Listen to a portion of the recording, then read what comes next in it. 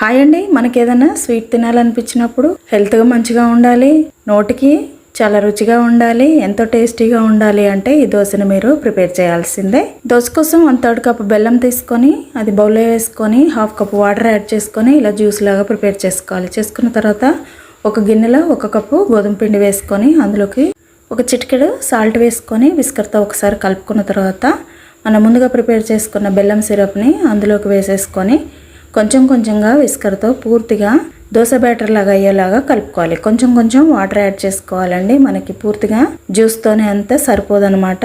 ఇప్పుడు ఇలా వేసేసుకొని దోశ బ్యాటర్ లాగా ప్రిపేర్ చేసుకొని 15 మినిట్స్ పక్కకు పెట్టుకోవాలి మూత పెట్టుకొని. ఇప్పుడు ఒక ప్యాన్ పెట్టుకొని ఆయిల్తో గ్రీస్ చేసుకొని మనం ముందుగా నానబెట్టుకున్న గోధుమ పిండిని దోశలాగా వేసేసుకోవాలి. కొంచెం మందంగా వేసుకోవాలండి, అలా అయితే మెత్తగా వస్తాయి, పలుచగా వేసుకుంటే క్రిస్పీగా వస్తాయి. అంతేనండి, దోశ రెడీ. నచ్చితే లైక్ చేయండి, సబ్స్క్రైబ్ చేసుకోండి.